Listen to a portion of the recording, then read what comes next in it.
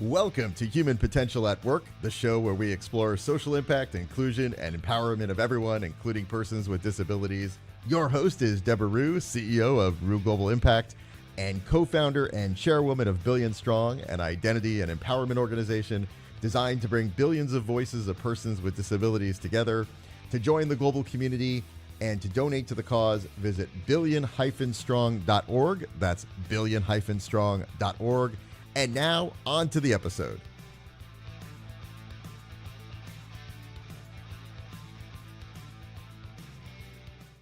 Hello, everyone. My name is Debra Rue, and I'm the CEO of Rue Global Impact. And Rue Global Impact works all over the world to make sure we're including people across the board, both in our real world and in our digital world. And I am also the executive chair for Billion Strong, which is an identity organization that we've designed to try to bring all the 1.2 to 1.7 billion people with disabilities together with pride.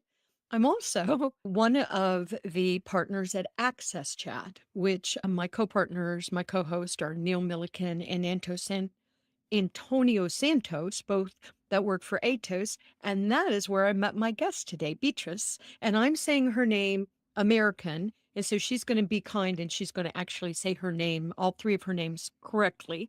But I was so impressed when we interviewed her on Access Chat. The way she's looking at giving back to the world, it's very powerful. And I don't think we really dug into these types of conversations here. And so I'm so impressed with her. I'm so impressed with her wisdom and the way she's looking at the world and the way she's changing the world for the better. So Beatriz, thank you so much for being on the program today. Thanks for having me, Debra, and thanks for your kind words. They make me blush a little bit.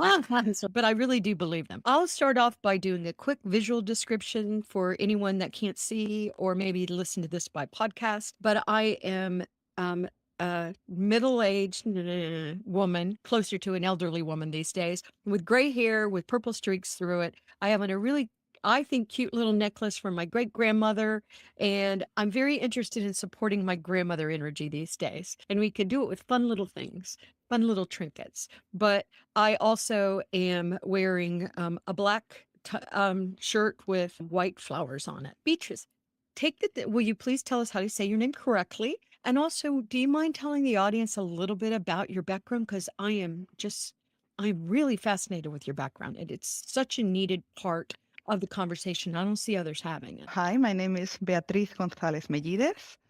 I have all Spaniards and people of Portuguese descent, two family names. The first, my first is the first of my father, González. The second is the first of my mother's, Mellídez. We don't change names when we marry, and we don't do that. So in that sense, we're a bit advanced in feminism. Yes. So my colleagues call me Bea or just B, depending on which one they can pronounce better. It's a shame to dummy it down, but some of us I really struggle with pronunciations of names. I don't know why. It's my ADHD, I guess. I have it also with German names and with other type of names. Sometimes you have to hear it twice or three times, up to 5 times before you can keep it in your head.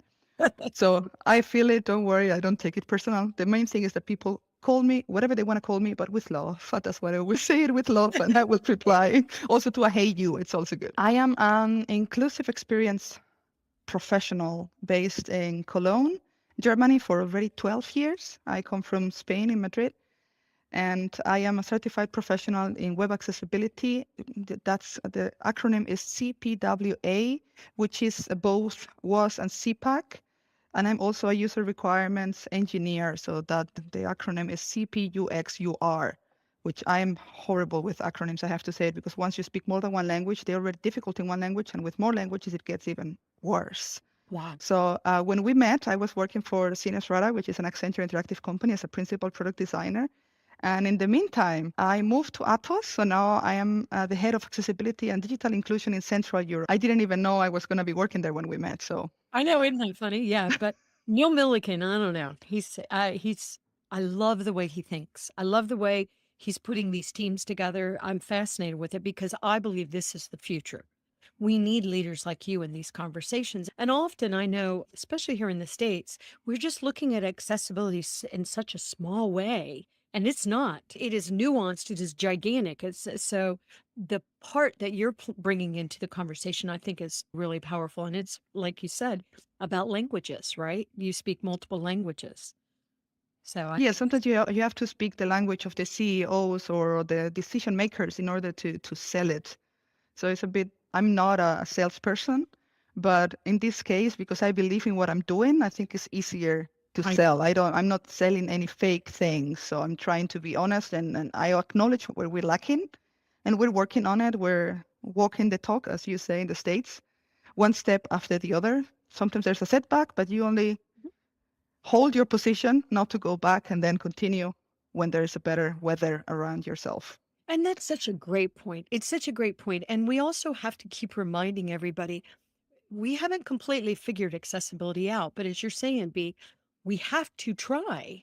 We can't build better the same old way. We've been doing it. We've been leaving out tons and tons of people. We've been misunderstanding our cultures. There are just so many problems, and we have to first allow ourselves to make mistakes, as you're saying, and then we've got to learn from them. And then not be ashamed of our mistakes either. I remember a friend of mine works at Google, and I made a comment about Google Glasses, and she's like, "No, Google Glasses, such an embarrassment. Don't talk about it."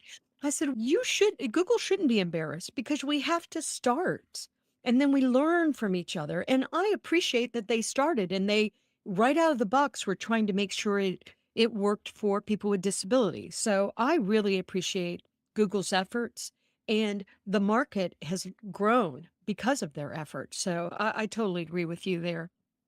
Yeah, So you can always get inspired by failure, sometimes more than if you do everything right, you cannot innovate because you only follow your path. I wanted to make a little pause because you were talking about your visual description, and I have to say I love your glasses. You forgot to mention you have oh, really nice green glasses that have a great accent with your purple hair. So I wanted to also do a visual description shortly from me. So I'm not going to say I'm a middle-aged woman because it sounds, I'm going to be 40 years old this year. I mean, you are not middle-aged. If you're middle-aged, then I'm 63. That is my math. Really But don't. yeah, I am. So I've been through already. Felt like my 15th middle life crisis already. They come and go up and down depending on what you're doing, both on work and personally. Yeah, and I have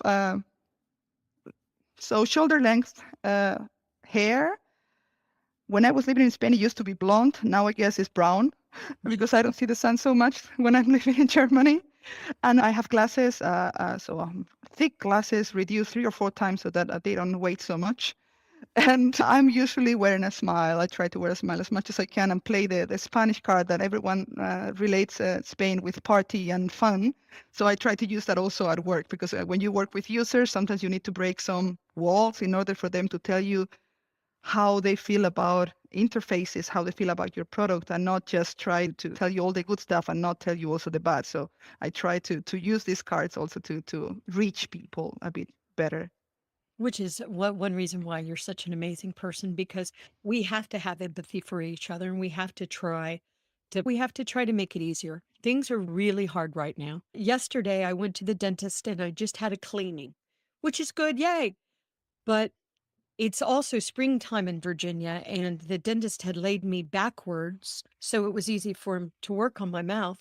And unfortunately, when he brought me up, I started throwing up all over the office. And I thought, I cannot believe this. I can't even go to the dentist without some kind of Breakdown. ridiculousness.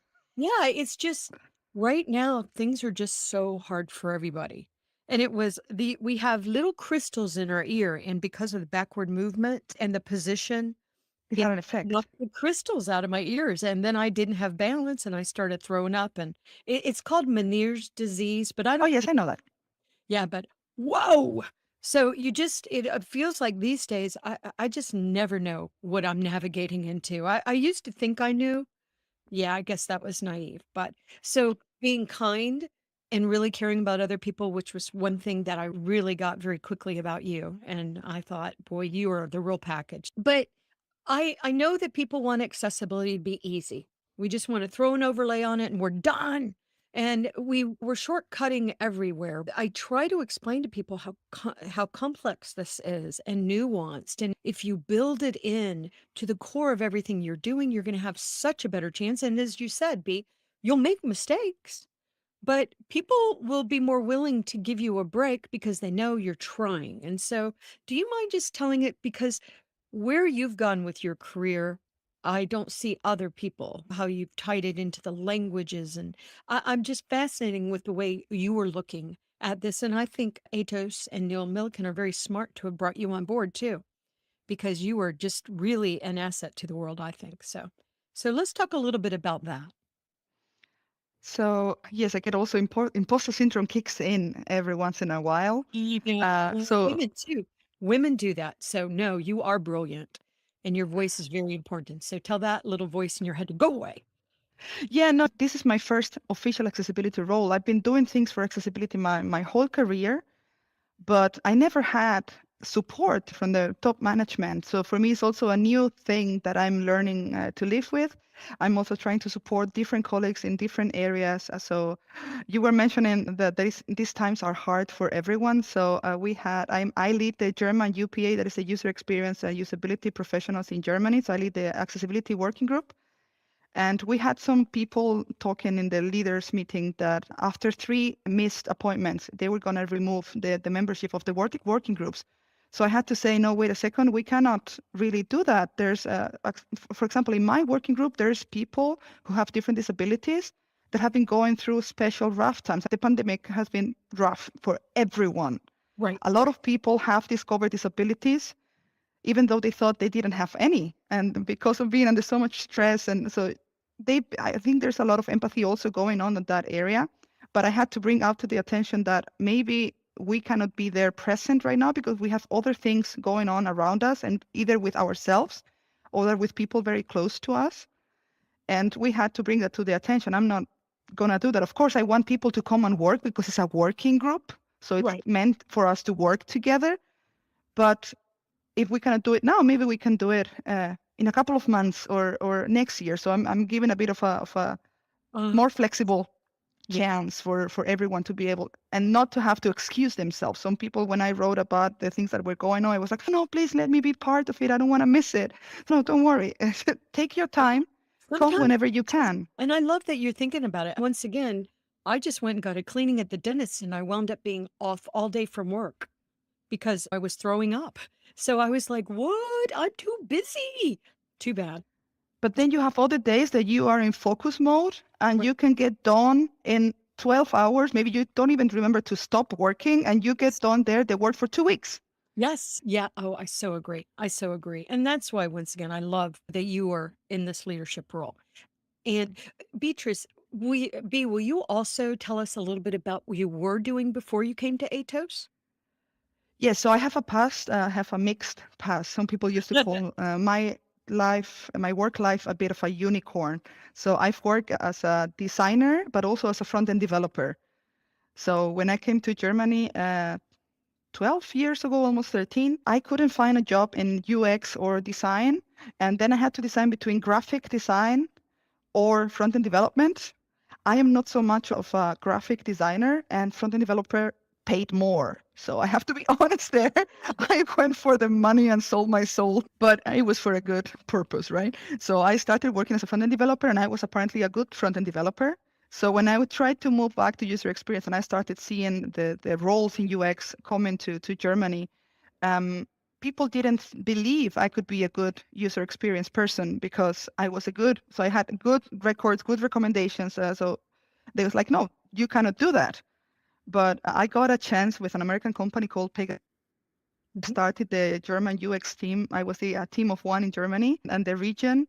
And it turned out I was also not just a good user experience. I became, because I was not at the beginning, I was not a good consultant, but I became a good consultant. So the same thing that I'm doing right now with Atos and accessibility, and I did previously in Sinesrada to promote accessibility, to sell it, to get approval, to get customers buy-in, to get my colleagues also buy-in so that they can sell it. I did that already with Pegasystems. So I got the chance to create there the DACH team. So that's ESG. So that is Austria, Switzerland, and Germany, but in German. And those are the German-speaking countries in Central Europe that are usually in Central Europe. They are the ones that make the most revenue, mostly Germany. So I got the chance to build an accessibility and user experience team back then in Pega. And now I'm doing that with ATA, so I can bring up all the experience I had. So I realized that if I didn't talk to my pre-sales colleagues and didn't position user experience right, they would keep on selling usability and user experiences, just do the colors, make it pretty. Right. So I had to break all those walls and talk business and talk in a language that my colleagues could understand. It also, of course, helped that I could say it in German, and also to the customers that I could explain everything, not just in the business language or the language the salespeople speak, but also in German. And that was a great experience. We got, so the region became the one with highest revenue. Oh, There was a huge potential that was not being used there. Of course, I was also introducing accessibility in the mix. Like everything I do, I try to keep it in mind.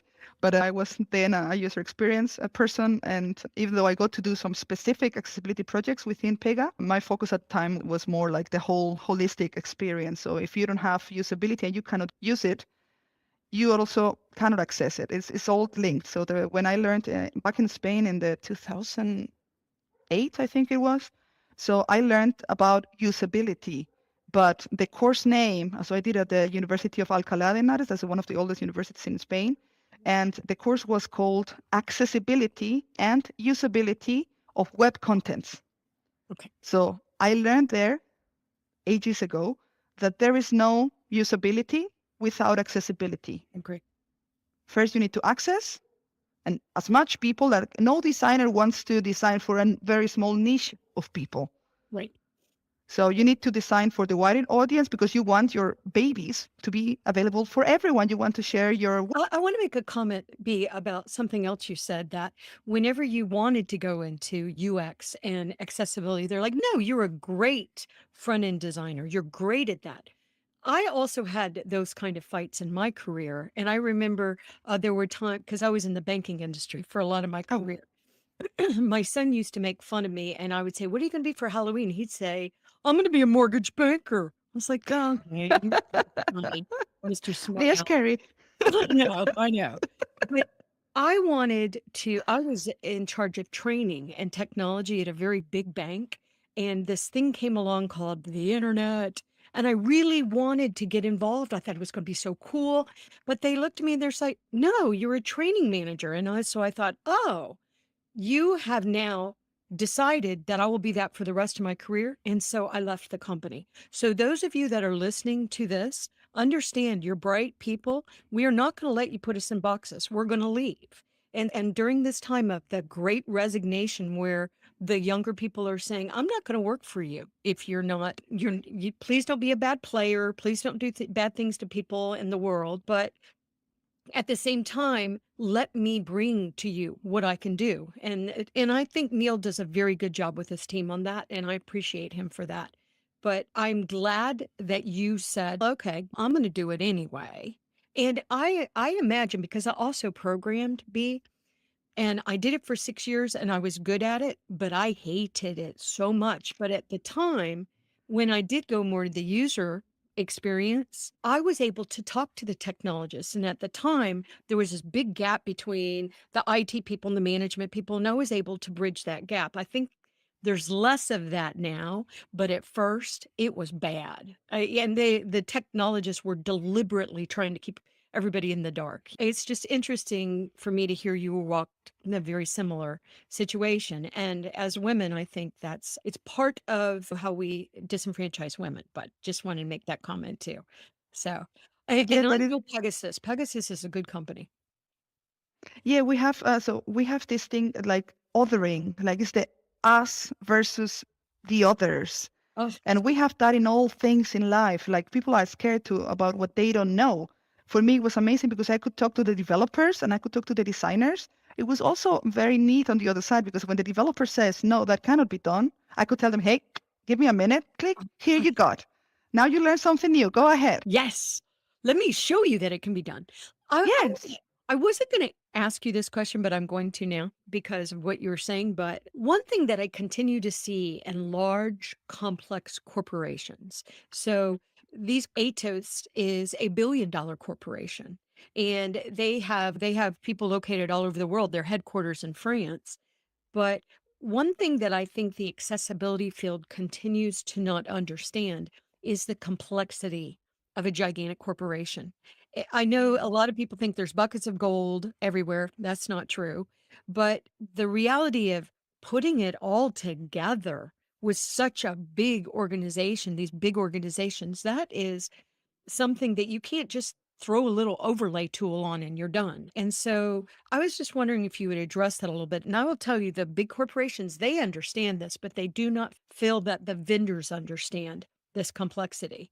And it makes them feel very nervous, which is one reason why you have a company like Atos and a few others just creating their own teams so they can make sure internally they're focused on this in the right way. So I was just wondering if you could comment on that. I've been working, like you say, for multinational companies. The last 3 jobs that I had, one of them was in Pegasystem, which is a Boston-based product company that works worldwide. I was working for Sinus-Rada, which is a design studio for Accenture Interactive. So I was also part of the whole Accenture network worldwide. During the pandemic, I created there the accessibility initiative because I felt we were all very isolated. So I tried to do I created a Teams and the Microsoft tool to invite everyone. So I was reaching out in LinkedIn, finding people that had accessibility or inclusion or something like that on their profiles internally and externally, and inviting them all, like person by person, knocking on doors, come here, let's talk and let's exchange opinion. And that is also a gigantic company. And now I'm in Atos, and it's also another gigantic company. The thing is that you have nuances because you have a global company which tries to have a global culture, but you also have many cultures depending on the regions. Right.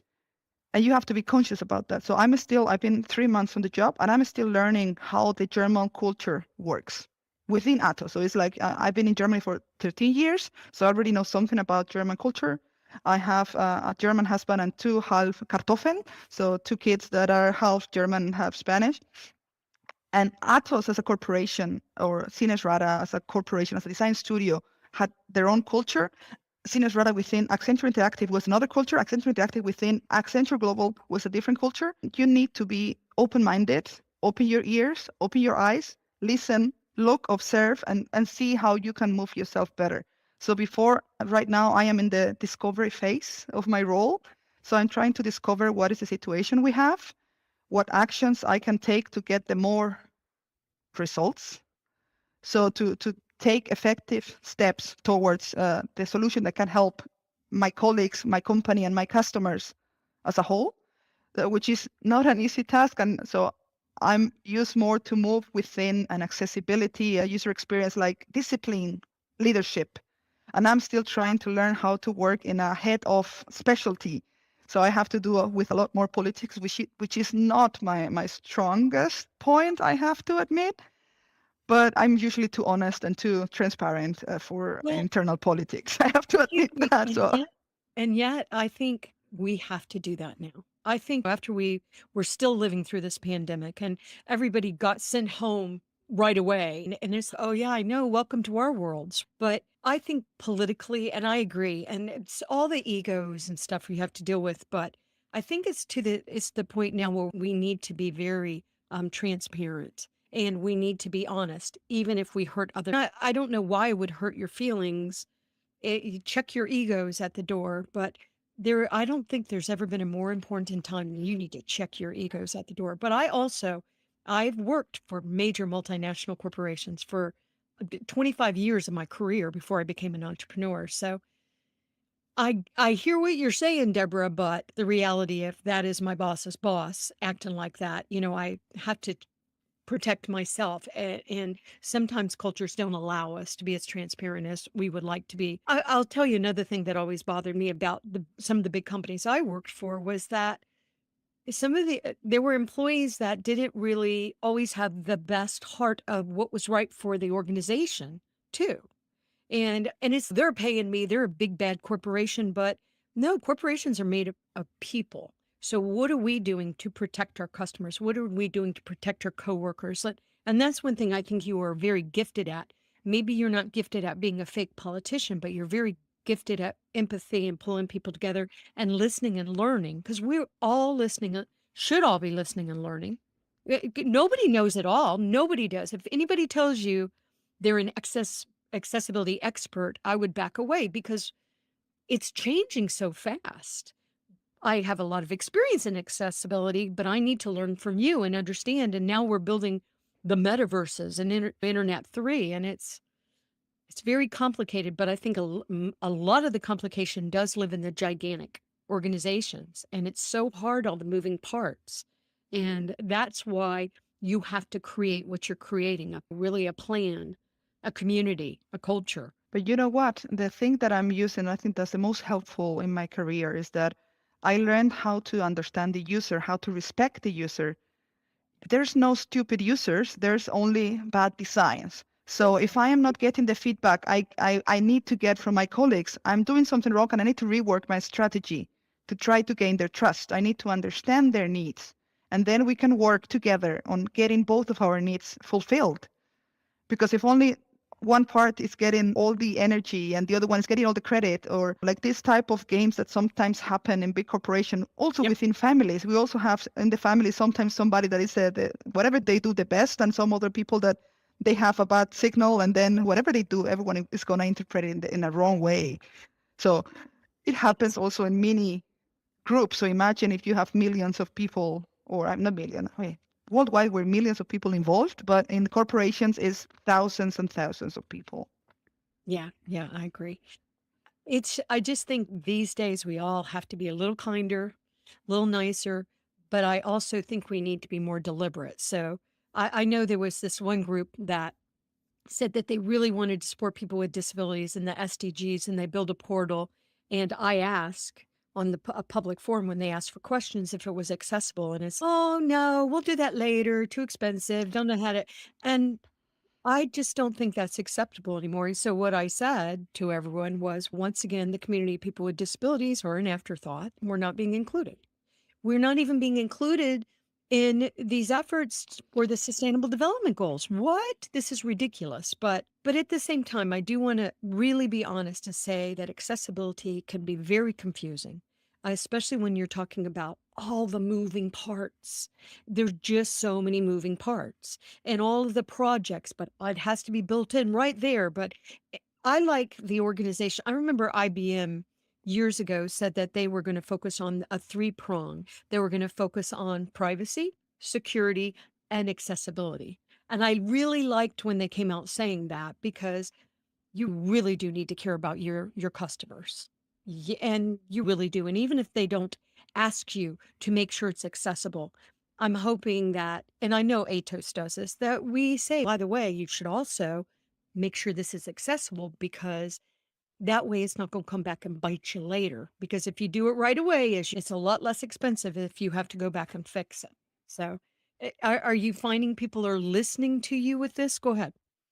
So that reminded me, like some weeks ago, my colleague Alexandra and Neil brought up to the table the golden nugget. So there's the 4 Ps.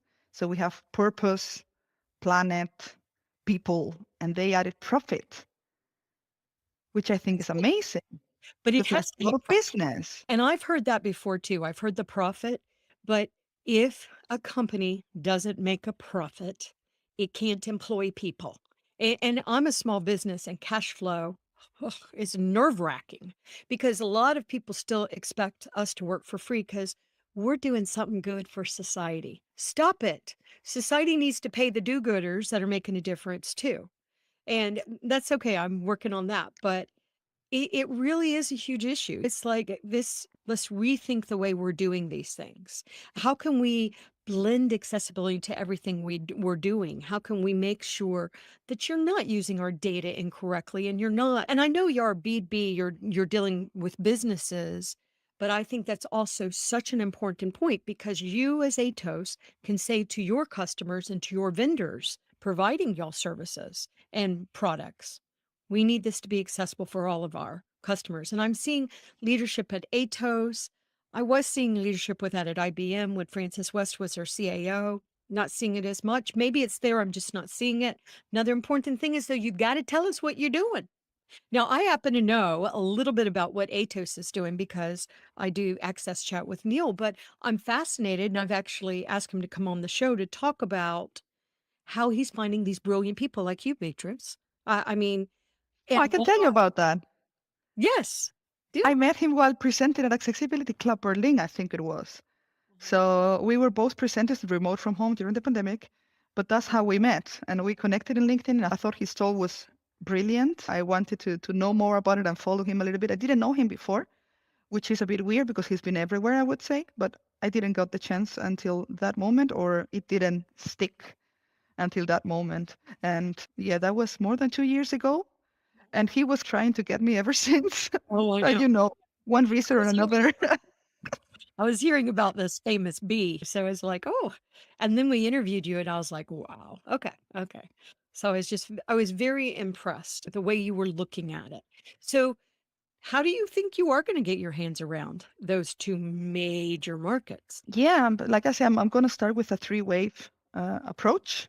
First of all, I need not my customers even, my colleagues to know that I'm there, because if they don't know that I'm there, I cannot support them. I want to work with them and support them in their job so that they get more revenue and they can sell it better to our customers. I'm starting with pre-sales and I'm talking also both ways, from the bottom up and from the top to the bottom, so that I can find people that are not missed in between. Then after the awareness to say I'm here, we can talk, then it's going to come the training phase and the know-how. Because in Germany, there's not enough experts. There's not enough people who know about accessibility. There's several anecdotes. For example, there was a public offering tender in 2019 that was 105 billion euros. Wow. So you can translate that into dollars, more or less. You don't even need to. We're talking billions here. And because there was not enough people to cover those services, 60 million people, 60 million euros got unused. Ooh. So only 45 million found somebody who could deliver. Wow. So that is the cost of inaction. So I have this in a big slide. And last year was another tender for 45 million for accessible documents. So this is going to keep on coming. Because all public sectors in Europe have the obligation to deliver accessible things. Illegal. And we also have the European Accessibility Act, EAA, it has to be implemented in local law by all European countries until June this year. And the deadline to start with the fines and the issues is going to be in 2.5 years from now. So all the people working in finance, telco, publishing, banking, transport, if they want to sell products or services in Europe, they're going to have to comply with those laws. So it's the first one for the public sector is like your 508, and the one like the ADA, rights for people with disabilities, they have the right to use services and use products. So that is coming. There's no way escaping it. People have, and the European Union has got so strict because they have been warning for years and people have been ignoring it. So after you ignore it, there comes a time when there's enough is enough, and you have to do it now. So 2.5 years. Right. And there will be examples made of the companies that don't do it. I remember going over in 2002 to 2003 to the EU and talking about what we had done in the States. And what we were doing in the States we were going to just trust companies to do the right thing. But they were trying to. In our defense, they were trying to. And I went over there and they're like, yeah, no, we're not going to do that. They're going to do it, or there are going to be consequences. Now, of course, we have our legal consequences and our lawsuits in the States. And there are so many lawsuits over this. There are so many. Most brands have been hit with lawsuits over this. Most of them. Some big brands. SAP. Speaking of Germany, SAP was hit with lawsuits in the United States over accessibility. And they actually really took that and they built a really powerful accessibility program. I know. I was like so impressed, because normally you get sued and they just do whatever and then keep doing the same thing.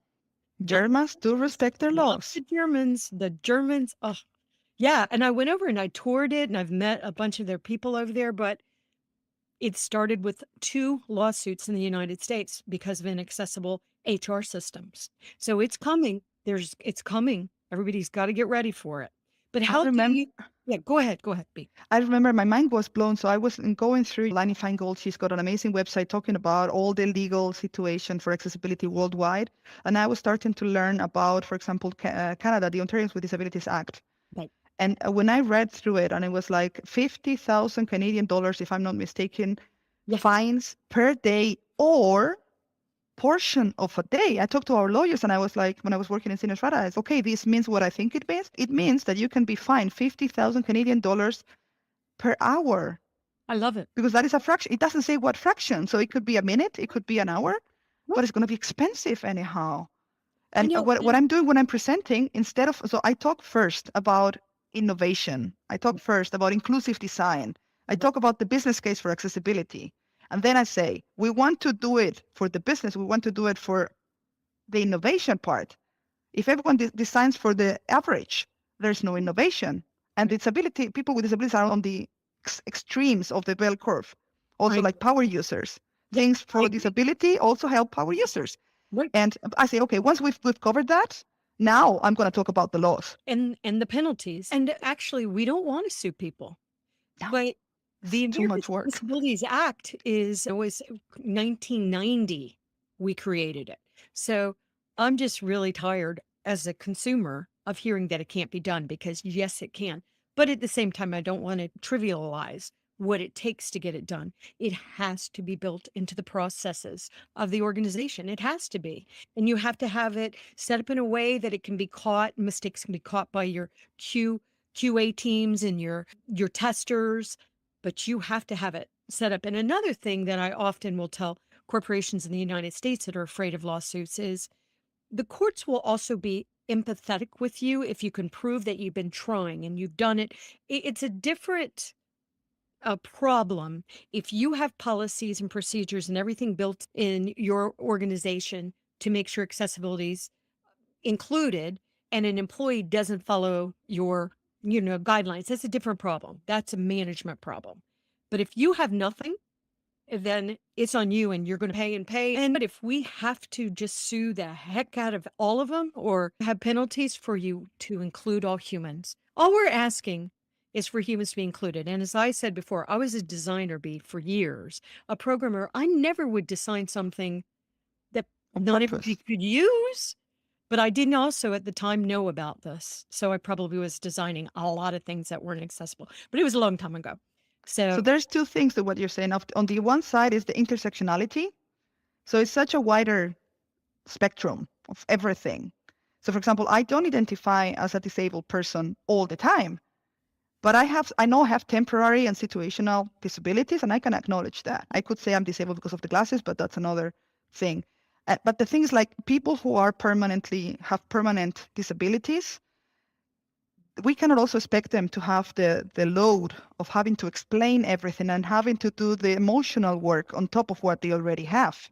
So that's why if somebody complains like you forgot the alt text and they make a huge deal about it, there is a whole discussions and sometimes like this blaming game. Right. I wouldn't blame the disabled person who raised this up. They have the right to complain because they have the right on their side. Somebody forgot them while designing things. On the other side, you've forgotten. It's like, come on, you have no empathy. It's ridiculous. Be a good designer. A good designer does not design for the bell curve. We should not grade children on the bell curve because I don't want to be on the top of the bell curve. I always want to be over here kooky on. So I just think it's time to really rethink things. And Beatriz, I know I've already kept you longer than I said I would because I could talk to you all day long, but tell the audience how they can get in touch with Beatriz, not your email or anything. Somebody the other day gave their email and their phone number. Don't do that. The audience is too big, but tell us where they can find you, where people can come and learn more about what you're doing. I am reachable in Twitter. So that is B_ATISH, Beatriz. So that's because my Portuguese cousin couldn't pronounce Beatriz, and he said it's so cute that I had to use it as a handle for Twitter. I went and booked it, Beatriz. And I'm also available in most of community events in the German-speaking community. I'm trying to start also speaking in other international events slowly. So I guess if you're paying attention to the community, we'll meet eventually. Yes, and you're on LinkedIn too, aren't you? Yes. Yeah. I'm still working. I have a delay on my German course for accessibility essentials testing. But yes, I'm in LinkedIn and I'm supposed to become a trainee once I finish recording the first course. Well, I just love your work and I wanted to support it. And I also want to say that if you're looking for good speakers, I highly recommend her. She does a wonderful job, very creative in her presentation skills. And she's talking about a subject that some people might find boring, but she makes it very interesting. So I'm a big fan. So I just wanted to say that too. So thank you everyone for joining the program today and keep an eye on Beatrice because she is really changing the world and we appreciate you. Bye, everyone. Thank you. You've been listening to Human Potential at Work. To learn more about Rue Global Impact, visit rueglobal.com.